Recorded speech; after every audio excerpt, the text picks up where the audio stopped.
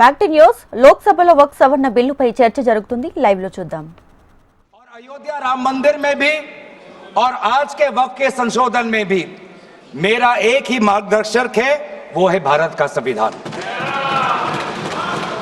भारत का संविधान जो कहता है कि हमारा भारत में हर व्यक्ति को सामाजिक, आर्थिक और राजनीतिक न्याय, विचार, अभिव्यक्ति, विश्वास, धर्म और उपासना की स्वतंत्रता और साथ साथ में यह कहता है कि व्यक्ति की गरिमा और राष्ट्र की अखंडता सुनिश्चित करने वाली बंधुता।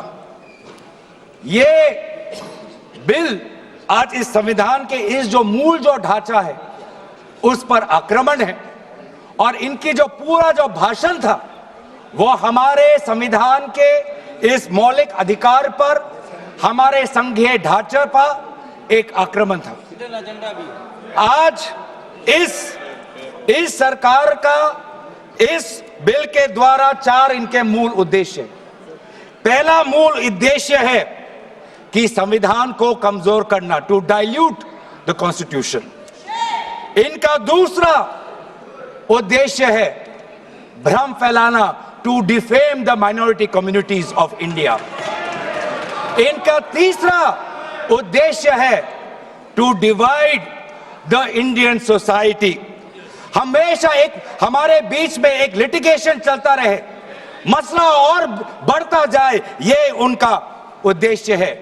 और चौथा इनका उद्देश्य डाइल्यूट, डिफेम, डिवाइड, और चौथा इनका उद्देश्य है to disenfranchise the minority communities.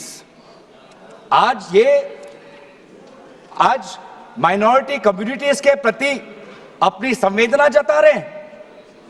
Sir, कुछ हफ्ते पहले देश में विभिन्न जगहों में लोगों ने ईद की शुभकामनाएं एक दूसरे को दी। और क्या आपको पता है कहां इनकी डबल इंजन की सरकार ने लोगों को रास्ते पे ईद का नमाज भी पढ़ने नहीं दिया। और ये बात करेंगे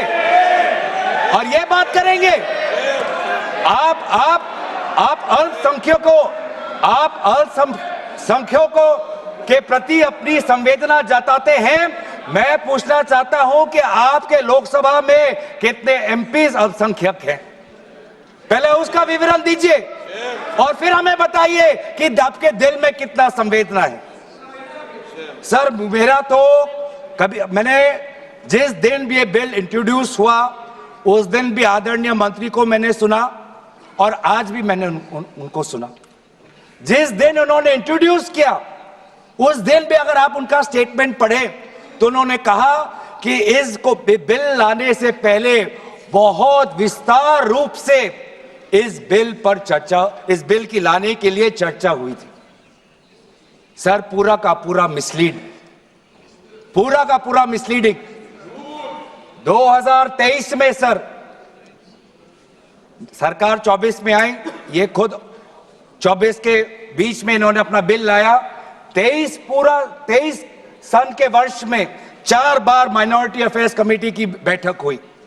मुंबई में हुई 13 जुलाई, दिल्ली में हुई 21 जुलाई को, लखनऊ में हुआ 24 जुलाई को, दिल्ली में 2 बार हुआ 20 सितंबर और 7 नवंबर को। मैं आदरणीय सरकार से दरखास्त करूंगा कि इन 5 सरकारी जो मीटिंग हुई मिनिस्ट्री ऑफ माइनॉरिटी अफेयर्स का, उनका मिनट्स टेबल पे रखे। एक भी मीटिंग में नया वक्फ अमेंडमेंट बिल चाहिए उसका जिक्र भी नहीं हुआ था। जिक्र भी नहीं हुआ। इनके मिनट्स हमारे पास, हमने देखे। जितने भी बार ministry of minority affairs meeting हुई सब में वापसी पोर्टल को लेकर और विचार विमर्श हुआ था, लेकिन एक भी मीटिंग के माइन्यूट्स में एक भी स्टेटमेंट नहीं है कि हमें एक नया वक्फ अमेंडमेंट बिल चाहिए। तो मैं तो यही पूछना चाहता हूं कि अगर नवंबर 2023 तक मिनिस्ट्री ऑफ माइनॉरिटी अफेयर्स ने यह वाजे भी नहीं समझा कि नया एक बिल लाने की जरूरत है, मैं तो बस इतना ही पूछना चाहूंगा कि यह bill ministry of minority affairs ने बनाया या किसी और दूसरे विभाग ने बनाया? कहां से आया यह बिल? कहां से आया? सर ये बात करते हैं कि ये संविधान के पक्ष में है। किस प्रकार से ये संविधान के विरोध में है सर, मैं बताना चाहूंगा। आर्टिकल इसका जो क्लोज 3RA है और 3R1 है। इसका 3RA क्या है सर? 3RA ये कहता है any person showing or demonstrating that he is practicing Islam. देखिए सर, आज देश में अल्पसंख्यकों की ऐसी दशा हो गई कि आज सरकार को अपना धर्म का सर्टिफिकेट देना पड़े।